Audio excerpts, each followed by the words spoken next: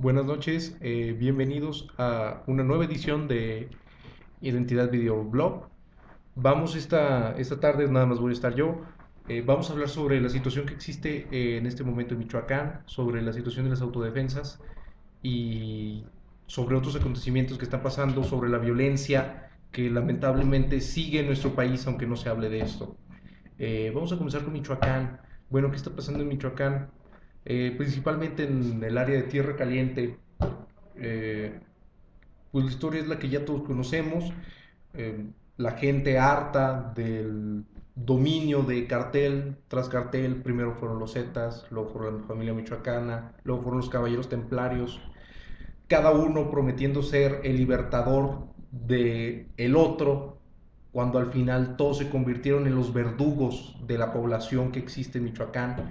La gente al final, harta de toda esta situación, decide, pues yo creo, no tengo el dato correcto, pero a mi parecer creo que es la insurrección armada, no sé si insurrección, pero es el levantamiento armado más importante que ha tenido México en la historia moderna, de gente que se levanta no en contra del gobierno, no en contra de la situación, se levanta en contra de los criminales que han tomado el control de todas las esferas de la vida pública, de la vida privada, personal, económica de la gente de Michoacán, y mucha gente naturalmente cansada, harta, se levanta y empieza a actuar reclamando lo más fundamental que un Estado debe proveer a su ciudadanía, que es la protección.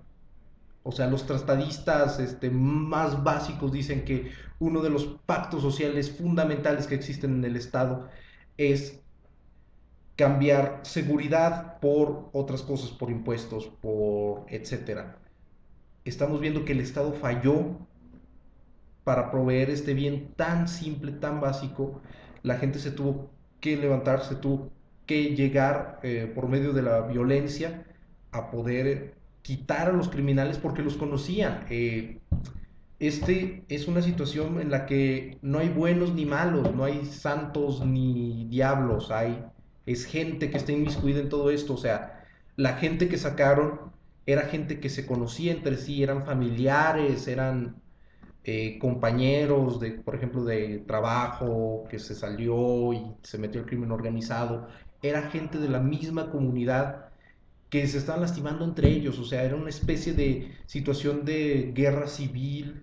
No quiero exagerar el punto de guerra, de que es una situación desesperada o que es un estado fallido. Probablemente Michoacán es lo más cercano que tengamos en México, un estado fallido. Yo siempre he sido muy crítico de esa postura del estado fallido, pero en Michoacán sí tenemos una situación que es bastante preocupante, un foco rojo que le deberíamos prestar muchísima atención, que yo creo que el gobierno ha actuado de una manera prudente, probablemente no lo suficientemente agresiva como muchos quisieran, pero creo que ha actuado prudente políticamente, en cuestión de seguridad también actuó con bastante prudencia. Creo que fue un acierto del gobierno federal nombrar al comisionado Castillo, en lugar de mandar a desaparecer los poderes estatales y meter a la ciudadanía en un proceso político, social, que iba a desgastar mucho al gobierno federal, iba a desgastar en cuestión de recursos, en cuestión de recursos financieros, humanos, iba a desgastar a la ciudadanía, iba a desgastar a las instituciones que por sí están muy coluidas. Yo creo que el problema en Michoacán se responde de un análisis estructural, o sea, de instituciones que no han funcionado desde décadas, de instituciones que han estado coluidas con el crimen, que han sido cómplices del crimen, que son parte del crimen algunas. Pues ahí se ve el fracaso de muchas de las policías municipales en Michoacán, también en muchos otros estados de la República. Tamaulipas ahorita es un foco de alerta, debemos estar muy atentos a esto. Lo que decía, eran problemas estructurales, eran problemas coyunturales, eran problemas muy locales, que los Zetas habían salido, se habían peleado con el con la familia, etcétera, etcétera. Problemas muy, muy, muy del momento y los problemas políticos que ya se están empezando a dar solución. Vemos que el gobierno federal ya empezó a encarceló al que era el gobernador interino de Michoacán. Están empezando a caer gobernadores, están empezando a caer políticos inmiscuidos en esto.